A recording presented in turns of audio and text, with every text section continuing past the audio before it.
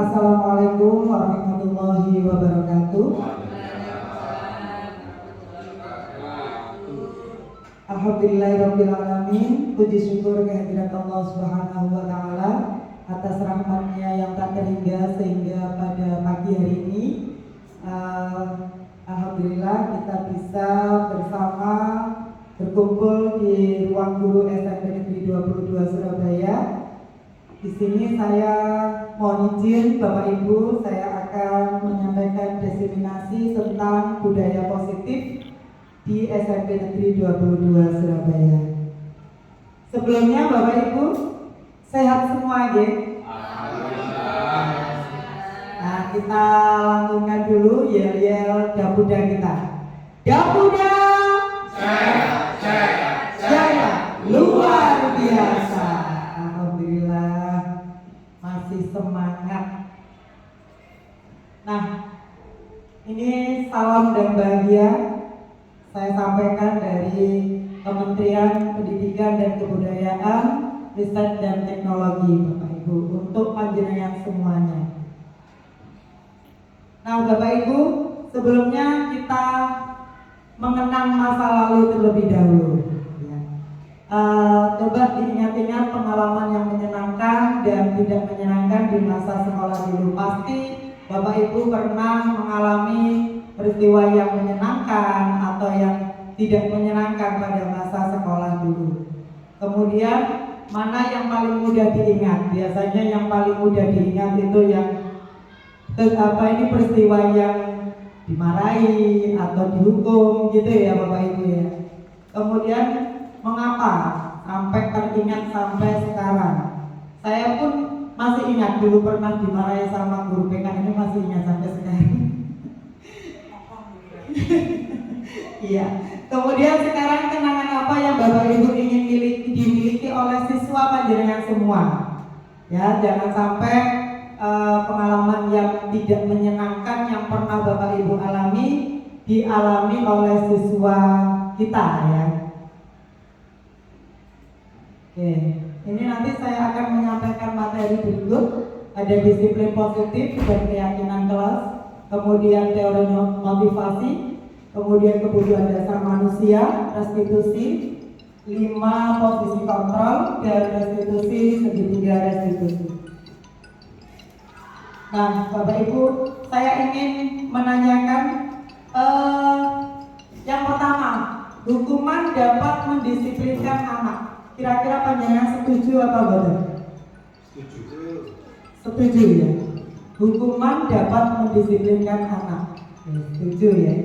Kemudian pemberian hukuman dengan hal positif seperti membaca atau membersihkan halaman sekolah dapat meningkatkan disiplin anak. Lebih setuju. Lebih setuju ya.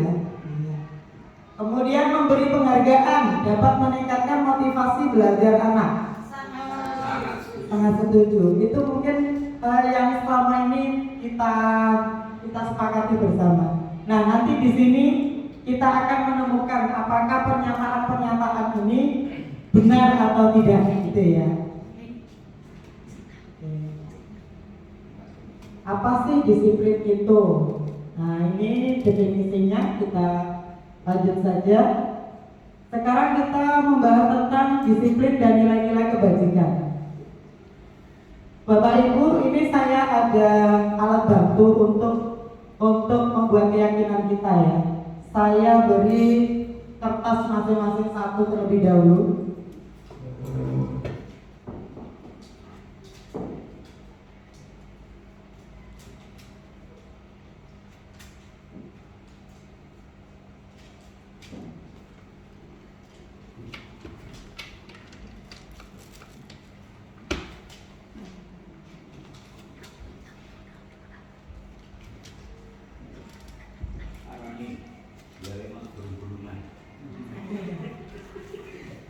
Nah, dari kertas yang sudah saya bagi, tolong panjenengan tulis apa saja, benda atau kata atau kalimat apa terserah. Silakan ditulis, yang mungkin pulpennya lagi tidak di tempat. Tulis sembarang ya. Ditulis terserah. Alat dan bahan.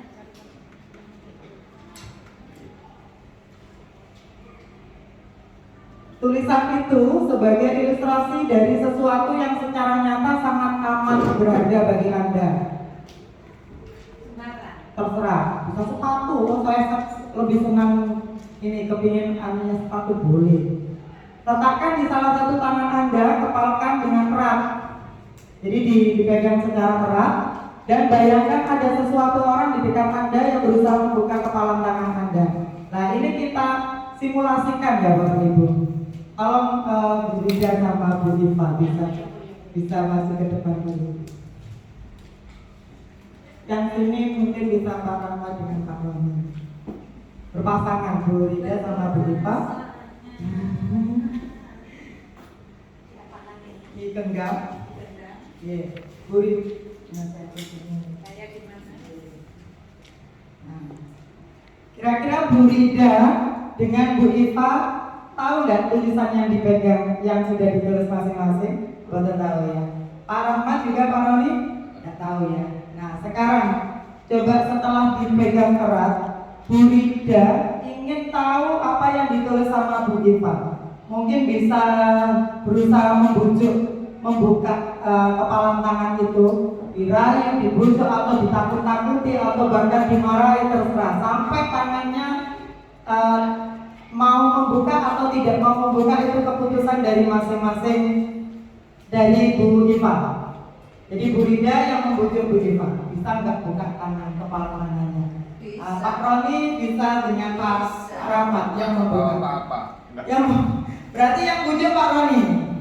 Ivan, ya. aku kan temannya.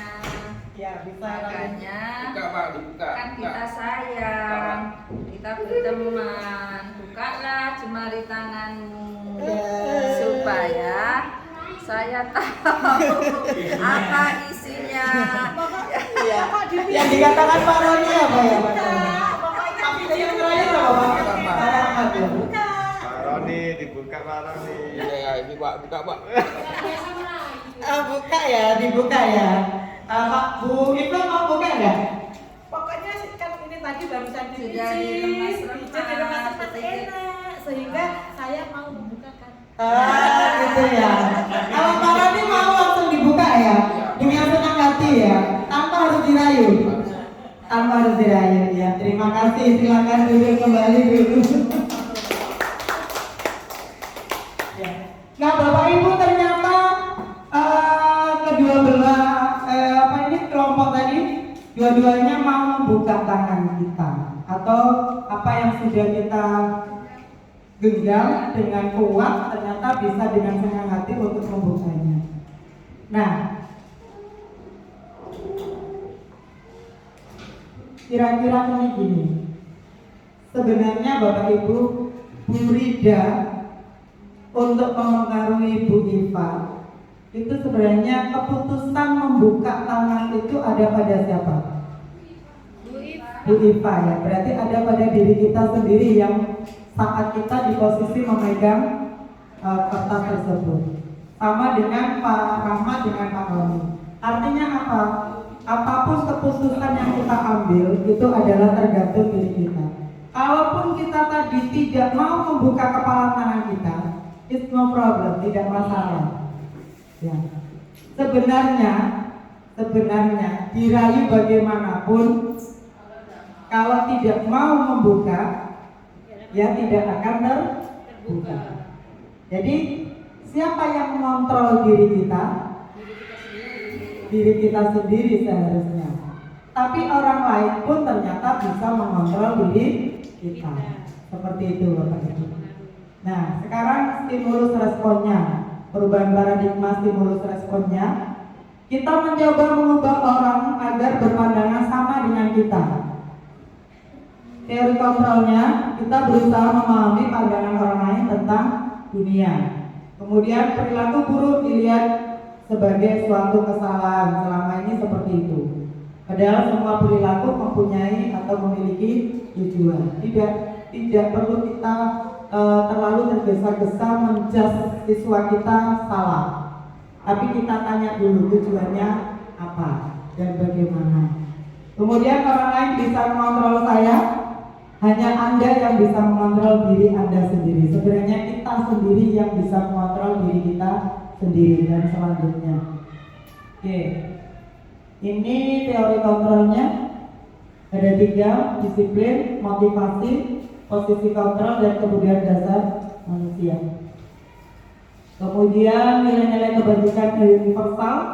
Ini nilai-nilai kebajikan yang secara umum itu adalah disepakati secara umum. Kita lanjut saja, motivasi perilaku manusia. Merdeka menurut Ki Hajar Dayantoro, merdeka itu artinya tidak hanya terlepas dari perintah, akan tetapi juga cepat cakap buat memerintah diri sendiri. Jadi tidak hanya kita bebas memerintah orang lain, tapi diri kita sendiri juga bisa kita perintah sendiri. Apa itu restitusi? Restitusi adalah proses menciptakan kondisi bagi murid untuk memperbaiki kesalahan mereka. Selama ini posisi kontrol kita itu biasanya kalau siswa kita salah, kita langsung menjudge bahwa dia salah tanpa harus kita mencari informasi apa yang sebenarnya tujuan yang mereka lakukan. Ciri-cirinya belajar dari kesalahan, memperbaiki hubungan, tawaran bukan paksaan, ya. Kemudian menuntun untuk melihat ke dalam dirinya sendiri, restitusi mencari kebutuhan dasar yang mendasari tindakan. Keyakinan kelas ini Bapak Ibu, mungkin mumpung ini di tahun ajaran baru, kita bisa membuat keyakinan kelas di kelas kita masing-masing. Selama ini yang kita kenal adalah peraturan kelas. Nah, sekarang mungkin bisa dirubah dengan kalimat keyakinan kelas. Kalau peraturan yang membuat kita, mungkin mereka hanya bisa mentaati, tapi kalau keyakinan kelas yang membuat adalah kita bersama, disepakati antara guru dan siswa. Mengapa tidak peraturan saja? Mengapa harus keyakinan kelas? Ini sudah saya sampaikan tadi. Kalau keyakinan kelas yang disepakati adalah guru dan siswa. Kemudian ini Bapak Ibu, dari yang sebelah kanan dengan yang sebelah kiri, yang mana yang masuk di keyakinan kelas? Yang masuk di keyakinan. Kalau yang sebelah kanan datang tepat waktu, mengucapkan salam, menjaga kebersihan sekolah, berdoa sebelum dan sesudah kegiatan, aktif dalam pembelajaran. Kalau yang sebelah kiri, kami guru dan murid yang saling menyayangi. Kami murid yang semangat belajar. Kami murid yang peduli dengan teman-teman. Kira-kira yang menjadi keyakinan kelas itu yang pas yang mana? Sebelah kanan mana ya? Kiri. Sebelah kiri ya. Kenapa kok kiri? Karena yang di sebelah kiri, karena di situ keputusan atau kesepakatan dilakukan antara guru dan murid.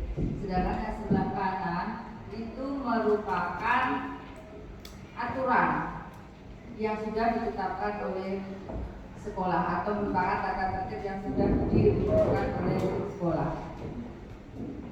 Ya, luar biasa sekali tepuk tangannya Bapak Ibu yang sudah disampaikan oleh Bu Dinda. Ya, betul sekali, tepat sekali. Kalau yang sebelah kiri itu adalah kesepakatan ya, kesepakatan dan keyakinan yang dilakukan dan dibuat oleh guru dan siswa. Jadi tidak hanya siswa saja yang melakukan, tapi juga guru.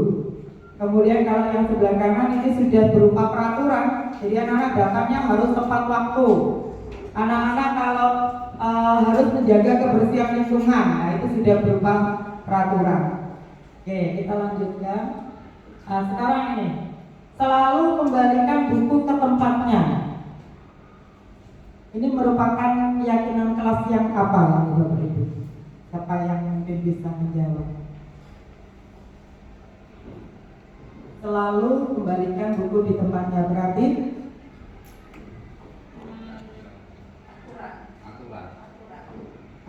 aturan yang mengandung apa? Contohnya yang sudah misalkan di perpustakaan selalu mengembalikan buku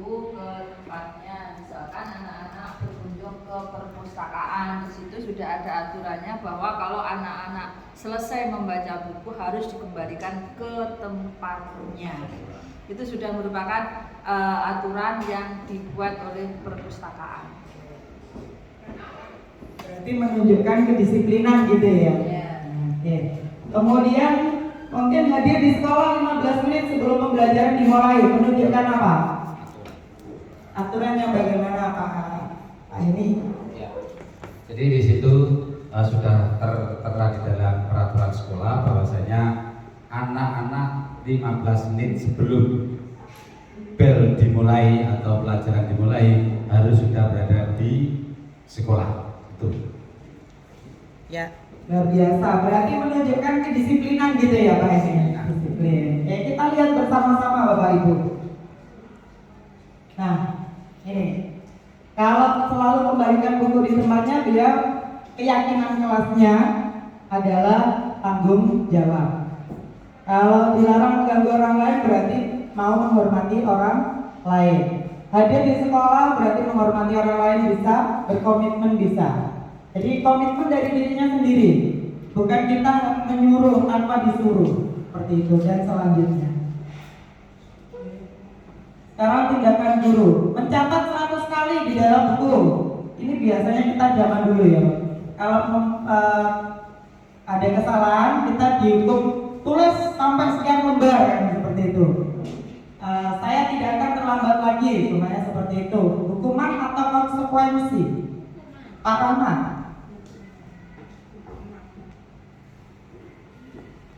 Menurut saya itu konsekuensi bisa. Konsekuensi. Ya. Karena kadang-kadang bentuk konsekuensi itu juga aplikasi dari hukuman yang kadang-kadang tidak tertulis. Kadang-kadang dimunculkan setelah ada pelanggaran. Salah satunya seperti itu. Berarti konsekuensi ya berangkatnya. Ya, terima kasih. Selanjutnya, lari mengelilingi lapangan basket 2 kali karena terlambat hadir di sekolah. Kira-kira hukuman apa konsekuensi? Pak Ali. Ini pernah saya lakukan. Kamu terlambat ya. Dulu itu ya. Ini termasuk dalam hukuman. Hukuman.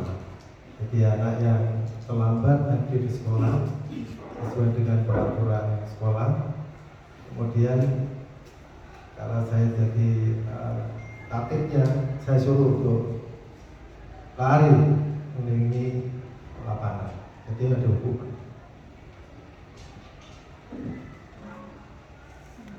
Ya, hukuman. Oke, luar biasa. Terima kasih Pak Ali. Kita lihat bersama ya Bapak Ibu. Ya.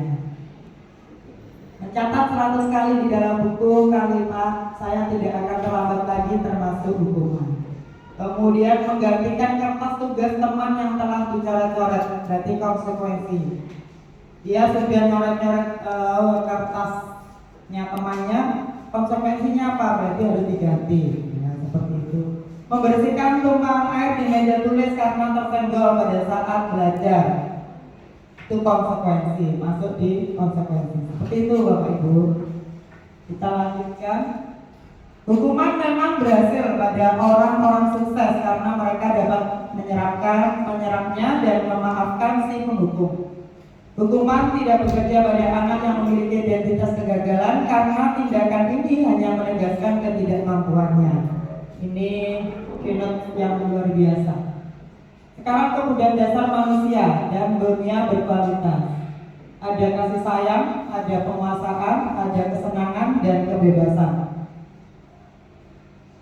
Nah, seperti ini Bapak Ibu contohnya, kalau kasih sayang ingin disukai, diterima itu juga termasuk kasih sayang Bapak Ibu. Kita masuk di kelas, anak-anak mau menerima kita berarti mereka sayang pada kita. Asik ya. Penguasaan bisa ingin menjadi pemimpin. Nah, kalau ada siswa kita ingin menjadi ketua kelas, nah itu dia bisa masuk di penguasaan. Kita lanjut. Kemudian kesenangan, kita juga butuh kesenangan. Maka ada sekarang kalau bilang healing kita juga butuh sepertinya ya. Kemudian kebebasan, Mereka dibebaskan untuk membuat pilihan, itu juga termasuk kebutuhan dasar manusia. 5 posisi kontrol. Ada penghukum tadi ya, ada pembuat orang merasa bersalah, ada kita menjadi teman, kita menjadi pemantau dan manajer. Dari 5 ini yang terbaik yang mana Bapak Ibu? Menjadi penghukum atau membuat orang merasa bersalah, atau menjadi teman, menjadi pemantau, atau menjadi manajer? Yang menjadi teman.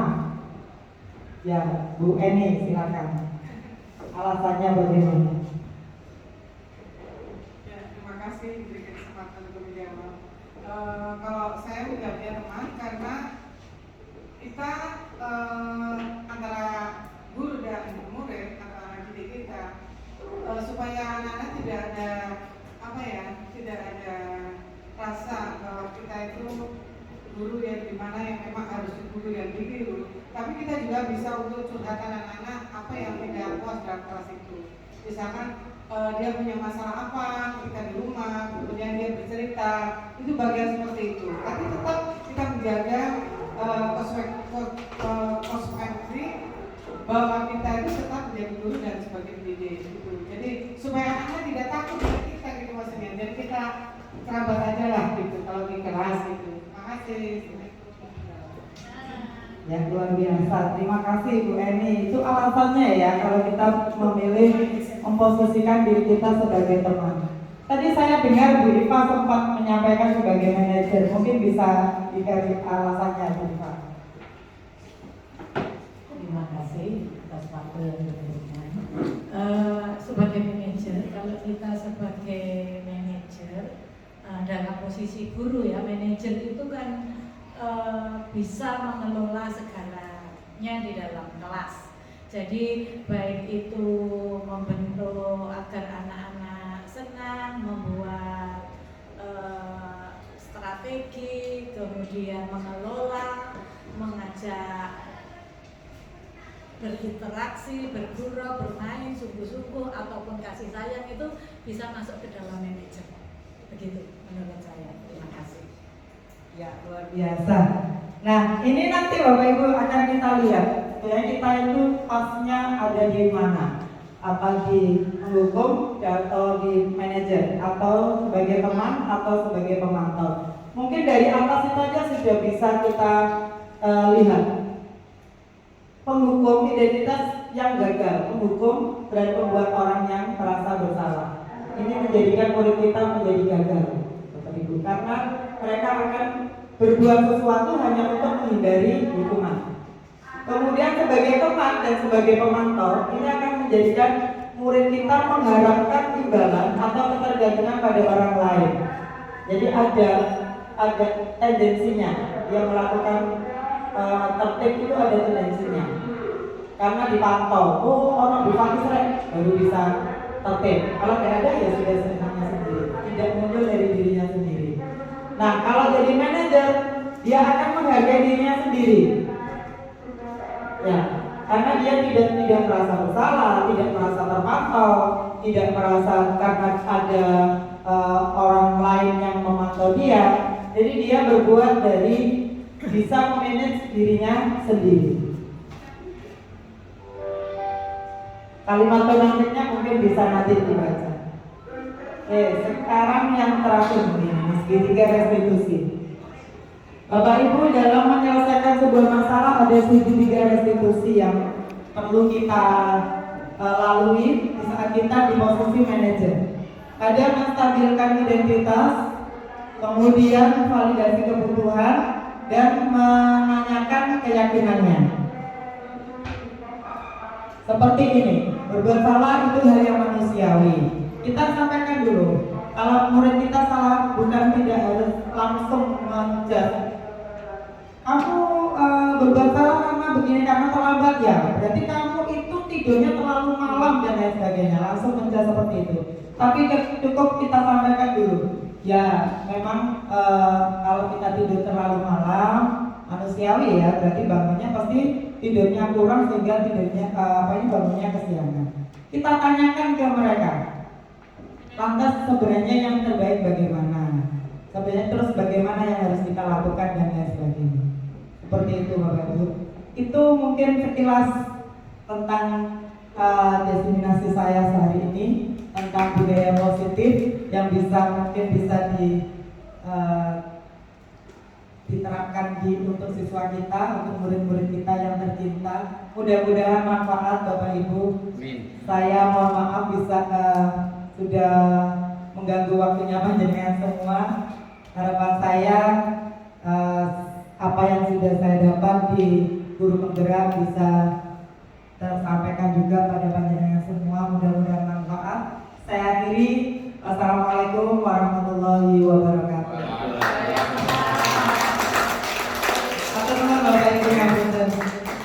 Faiz, kalau bisa setiap mau bel masuk itu gini.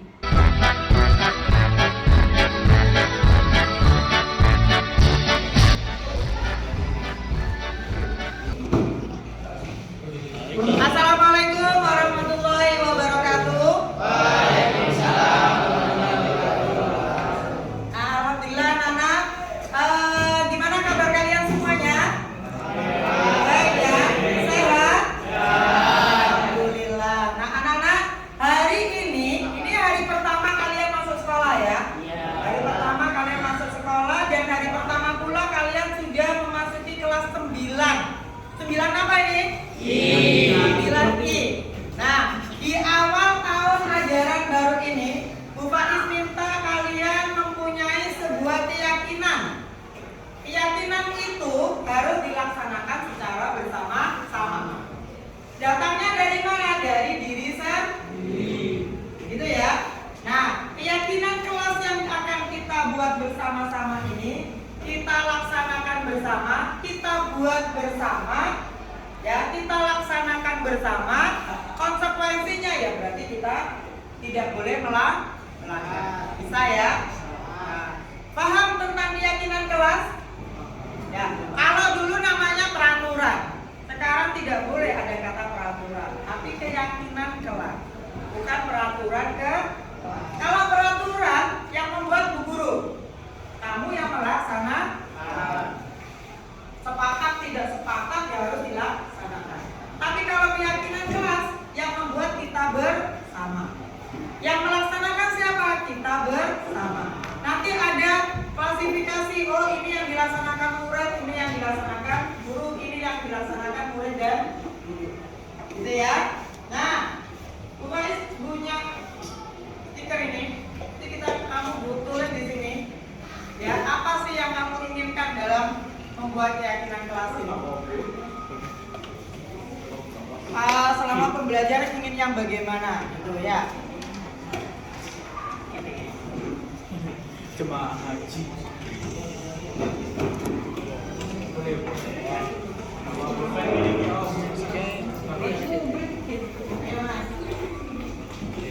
Ya, jalan terus bisa.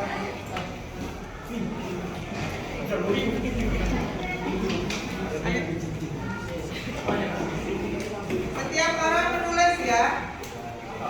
Bu, ternyata nggak sengaja sama, boleh nggak apa-apa. Tapi kalau sengaja nanti pagi ditempel.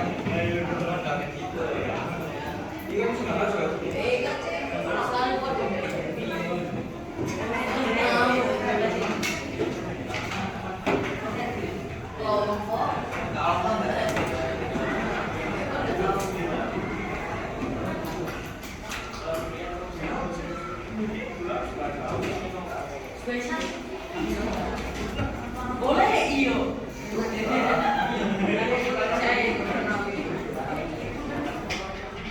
Silakan saya kasih waktu 2 menit saja. Assalamualaikum.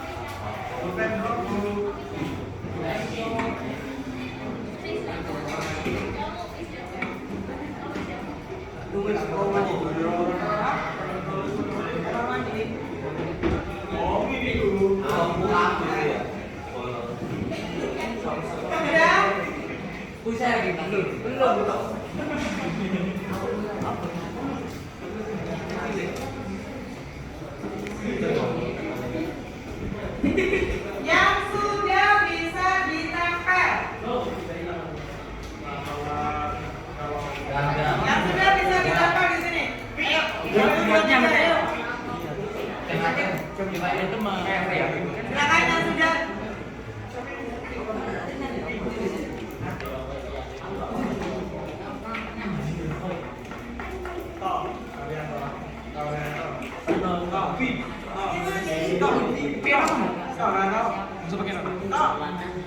Berapa Bu minimal? Satu. Oh, satu aja.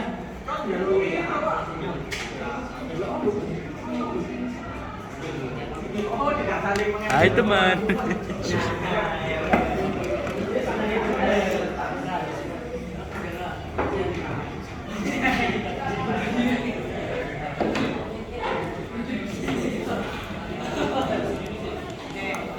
Bisa ditempel.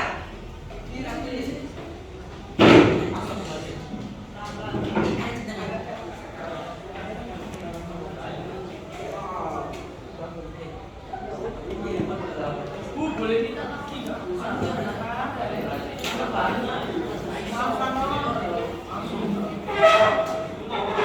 Hai teman.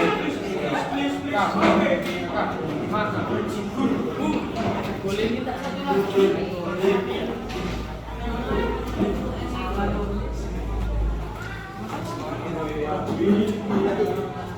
Ayo yang sudah bisa ditempel.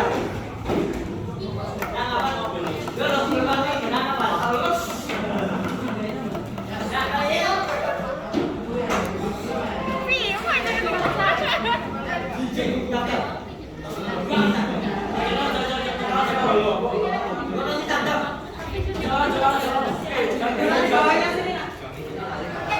Tok. Ya silakan.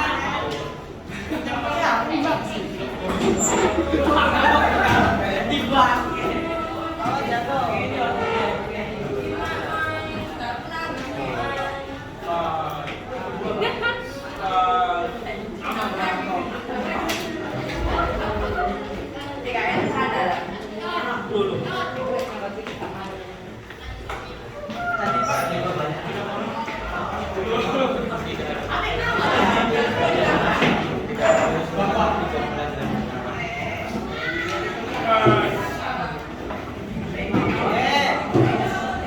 Kita tulis ya yang disepakati ya. Saya bacakan satu persatu. Sudah?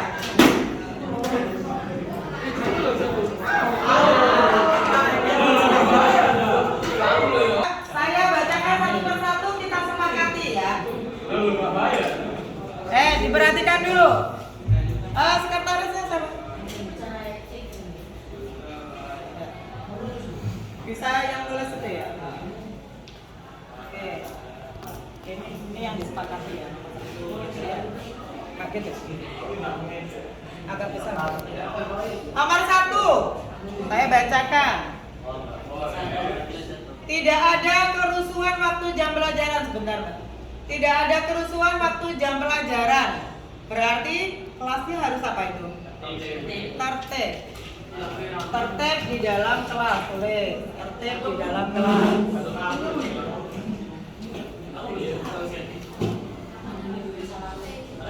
Tertib dalam kelas. Oke.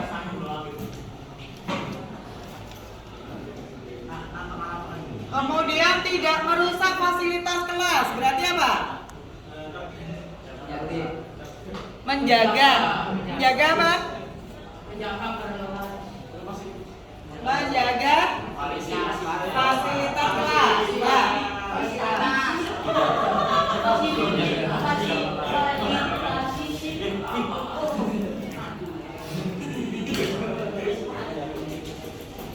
Oke, ini tepat waktu dan aktif di kelas, berarti disiplin.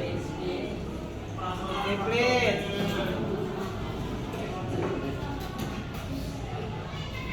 Disiplin, berarti datang tepat waktu gitu ya. Kemudian tidak merusak barang sama, saling menghargai dan sopan santun. Boleh Mbak? Saling menghargai dan sopan santun ya.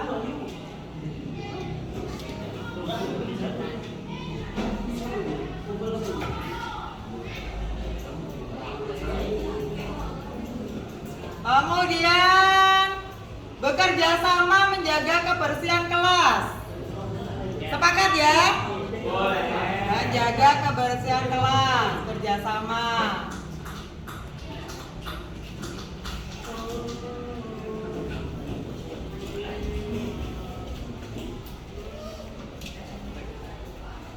Saya yakin kelas ini akan menjadi tertib dan disiplin, sama ya, sudah ya, masuk ya. Kemudian saya yakin kelas akan tenang dan tidak ramai, berarti tertib juga sama ya. Kemudian tidak boleh mengejek teman sekelas, berarti saling apa? Saling apa? Tidak mengejek? Menghormati, menghargai, saling menghargai, saling menghormati, Mbak. Saling menghormati. Menjaga kebersihan dan keindahan, sudah ya, menjaga kebersihan. Tidak saling mengejek nama orang tua. Tidak mengejek orang tua. Jadi saling apa? Saling apa? Menghargai nama bapak. Saling menghargai, ya, saling menghormati. Sopan, tadi sopan sudah belum? Mana sopan? Ya. Kemudian sudah sama. Tidak ada kerusuhan, tadi sudah. Oke, tepat waktu sudah. Nah, sepertinya ini sudah mewakili semua ya. Ini sudah mewakili karena kalimatnya hampir sama. Ya, saling menghormati, tertib dan lain sebagainya. Nah, anak-anak, di sini tertib dalam kelas berarti tidak boleh apa? Tidak boleh rame ya. Apalagi mengerjakan tugas, memperhatikan guru mengajar ya.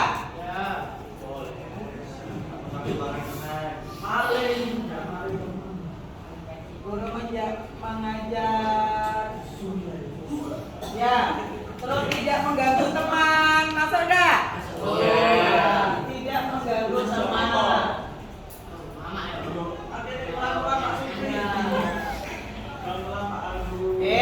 Menjaga fasilitas kelas itu bagaimana? Tidak merusak. Tidak merusak ya. Disiplin ini disiplin apa saja? Disiplin waktu dulu ya. Disiplin waktu, apalagi? Tugas, berarti mengerjakan tugas ya. Apalagi? Berpakaian.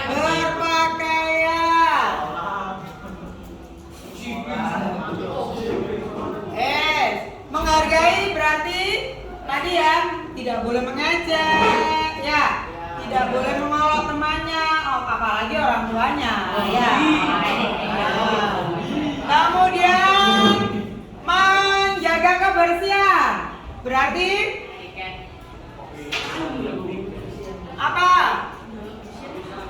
Tidak boleh membuang sampah sembarangan, ya enggak? Tidak buang sampah sembarangan. Saling menghormati sama tadi ya. Tidak boleh apa? Saling menghormati berarti gimana? Nah, itu tadi tidak boleh mengejek tadi ya. Tidak boleh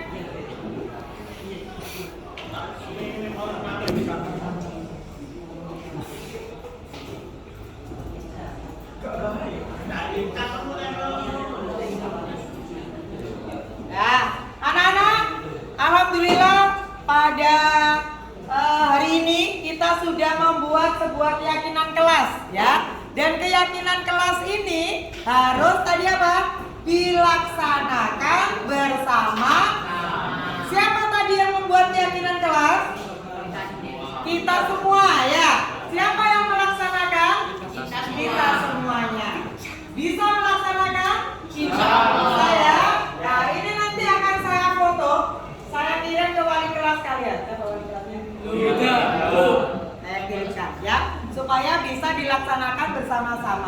Dan kalau nanti akan disempurnakan lagi, silakan. Paham ya? Paham ya? Oke. Kalau sudah paham, alhamdulillah, keyakinan kelas sudah kita buat bersama. Mudah-mudahan kita bisa melaksanakan bersama. Baik saya, Bu Faiz sebagai guru dan juga kalian sebagai murid. Ya, tidak hanya murid saja yang melaksanakan, tapi guru juga. Gitu ya. Saya akhiri. Wassalamualaikum warahmatullahi wabarakatuh. Waalaikumsalam warahmatullahi wabarakatuh.